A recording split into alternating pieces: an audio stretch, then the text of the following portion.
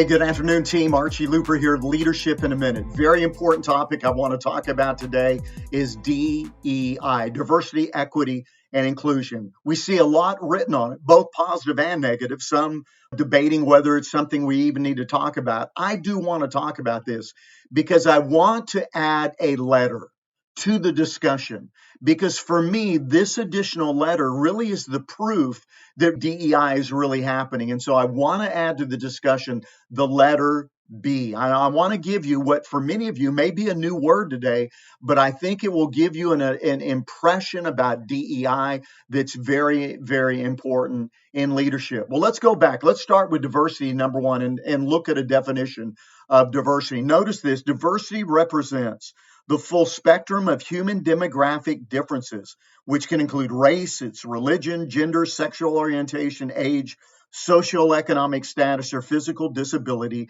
In other words, we want to be a company, we want to be an organization, a leader that embraces diversity, that we value the differences that we all bring to the table. Number two, and a word I'm not going to really define, but equity more in an educational setting, equal opportunity for education.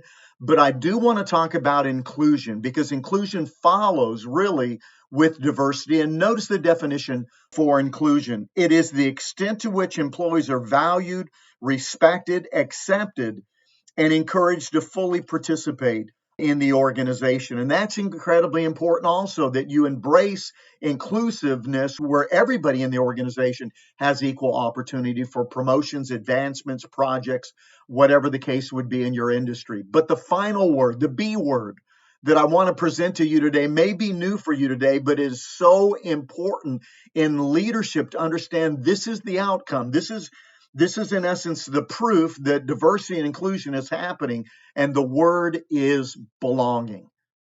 The people have a sense of belonging when they come to work every day. They have an understanding that belonging is very, very important. In fact, I saw this graphic, and I love the three words expressed this way. Notice this is diversity, inclusion, and belonging. And notice what it says. Diversity is being invited to the party. Inclusion is being asked to dance, and belonging is dancing like no one's watching. I was watching a YouTube video not too long ago, an older gentleman out on the dance floor just having so much fun, so natural, so free-spirited, not thinking about anybody around them.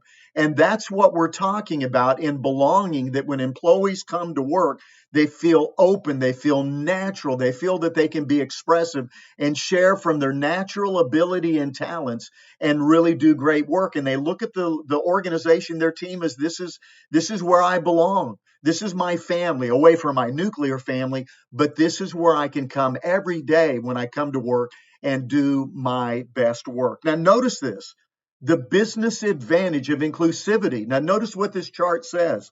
Notice, by fostering a sense of belonging, notice these categories. I would be more motivated to do my work. 80%, both male and female. Number two, I would be more likely to stay at my current employer. Are you having a challenge with retention? It could be the issue. The underlying root cause, the issue is being a sense of belonging. I would be proud to say I work for my employer. My emotional well-being would improve. My physical health would improve, and I would feel more engaged. Engagement is incredibly important to the work that's going to be done. In a later episode, I'm going to come back and talk a little bit more about engagement, but I want to leave you with 4 points, 4 final points about diversity, inclusion, and belonging. Number one, employees feeling respected. That's incredibly important. When people come to work every day, they feel respected. Number two, they're going to be valued for their strengths. Now, the question comes up, Archie, what are we going to do with their weaknesses? I'm going to talk about that. We'll come back on another episode and talk about their weaknesses and an approach, a viewpoint that you need to have as leaders as far as their weaknesses are concerned. And number three, an overall sense of trust. And how important is trust? To build trust in an organization, not only organization-wide, but especially on your team, and especially between you and your team. In a leadership role, can people trust you in doing the right thing and saying the right things and having a great relationship together? And number four, Number four, and this is the outcome of diversity and inclusion, the proof that it's happening, being cultivating a sense of belonging. And that's a desire to contribute fully. That people say, hey, this is where I belong. This is where I can do my best work. And this is my family away from my nuclear family. Now, coming up, we'll talk about this a little bit more, take it to another level. And I'm going to share with you the number one principle for cultivating a sense of belonging. Hey, listen, look for an opportunity to make a difference in someone's life this week. Do me a favor also, hit the like button, subscribe to my channel, follow me in this journey of leadership in a minute, and I'll be back.